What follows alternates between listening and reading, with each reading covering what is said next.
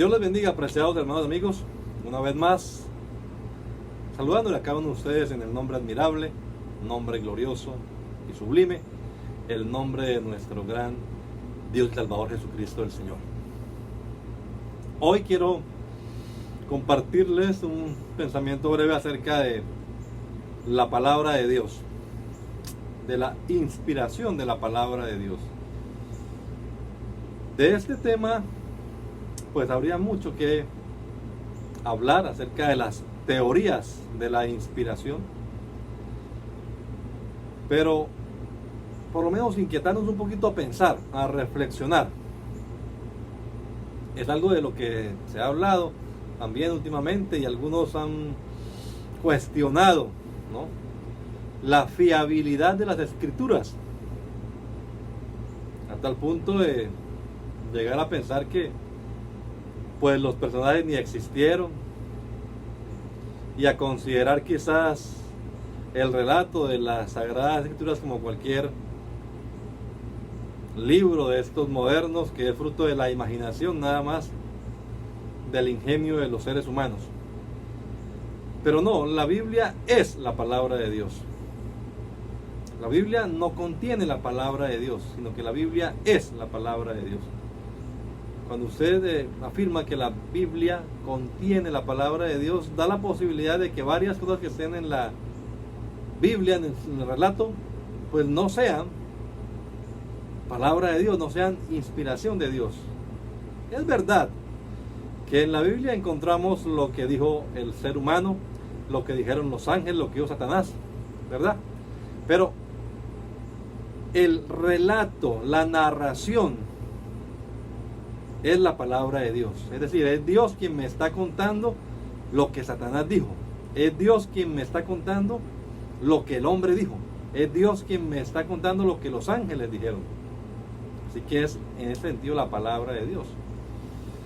Como les digo, pues mucho se podría hablar acerca de este tema, pero la inquietud va en el sentido pues de reflexionar un poquito, ¿no? Ponerle un poquito de lógica a esto.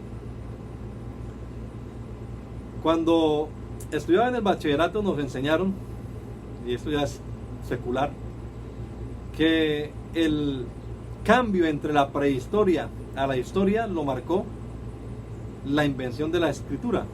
La escritura. Y vimos como por allá alrededor del 3000 antes de Cristo, en las civilizaciones de los ríos en Mesopotamia y también en la civilización egipcia, se fueron desarrollando dos tipos de literatura diferentes además.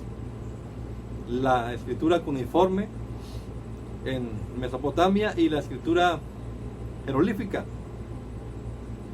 en la región del Nilo. Entonces, de ahí en adelante se pueden encontrar algunos registros escritos de las cosas que pasaron, la historia. Abraham, por ejemplo, fue un personaje que algunos lo datan en el 2200 antes de Cristo. Es decir, en la época de Abraham ya habían algunos registros escritos. No podemos afirmar cuántos años con exactitud pasaron desde Adán hasta Abraham, ¿verdad? No sabemos cuánto fue la prehistoria en este relato bíblico. Algunos dicen desde el capítulo 1 hasta el 11, lo que llaman algunos la primigenia en la palabra de Dios. La cuestión está entonces en cómo se pasaron esos datos. ¿Quién le contó a Moisés, pensando que Moisés fue el escritor de estos primeros libros de la palabra de Dios, un hombre que había sido instruido en toda la ciencia de los egipcios, es decir, sabía escribir? ¿Quién le contó a Moisés lo que pasó con Adán? ¿Quién le contó a Moisés la historia de Noé? Un relato que además acerca del diluvio existe en diversas culturas, ¿no? Prueba fehaciente de que fue algo universal y quedó marcado allí en la mente de los seres humanos. Pero ¿quién le contó esto a Moisés? Entonces ahí comienzan las cavilaciones. No creo yo en la famosa teoría del dictado mecánico, pero sí creo yo en la inspiración plenaria, es decir, toda la escritura es inspirada por Dios, en la inspiración verbal, en la fiabilidad, en la inerrancia de la palabra de Dios, en la trascendencia de la palabra de Dios, en que es relevante para nosotros hoy. Qué difícil podría ser.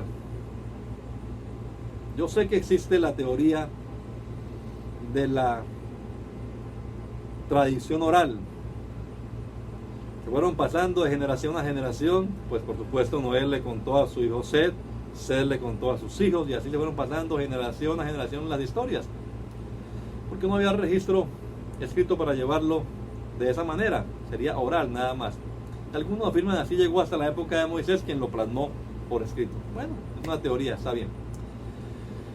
Pero la pregunta mía es, ¿qué tan difícil podría ser, qué tan ilógico o imposible podría resultar para un Dios como el nuestro, que transforma la vida de los seres humanos, que es capaz de sanar el cáncer, que es capaz de sanar el SIDA, que es capaz de hacer que las personas hablen en otros idiomas por el poder del Espíritu Santo? ¿Qué tan difícil podría ser para este Dios que conocemos nosotros haberle contado esa historia a Moisés? ¿Sería algo difícil y lógico? Pues por supuesto que no. Al menos como teoría posible, así como tenemos la de la tradición oral también, pues pensemos en esta posibilidad de que el Señor le haya contado a Moisés lo que pasó, aunque no hubiera sido un dictado, pero Moisés fue inspirado por Dios, soplado, como dice algunas versiones, para escribir este relato. Y de ahí en adelante, pues por supuesto los demás escritores también, más de 40 que participaron de la formación de las Sagradas Escrituras. Es un tema muy extenso y muy conflictivo. Los textos originales, lo que se conocen como los autógrafos, ¿no? Esos textos fueron inspirados por Dios, sin errores y con una infalibilidad que solamente tiene la palabra de Dios. Que hoy en día hayan, por supuesto, pasado algunas tergiversaciones, pues es una cosa lógica también. Nada más en el sistema de copiar, si hoy en día con tanta tecnología que hay y se cometen errores algunas veces, involuntarios y otros voluntarios también, pues cuánto más en estos tiempos en los que solamente era manuscritos.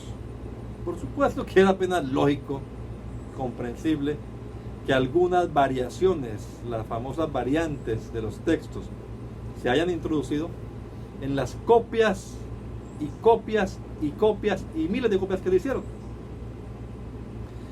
Pero ninguna variación le cambia completamente el mensaje del Evangelio.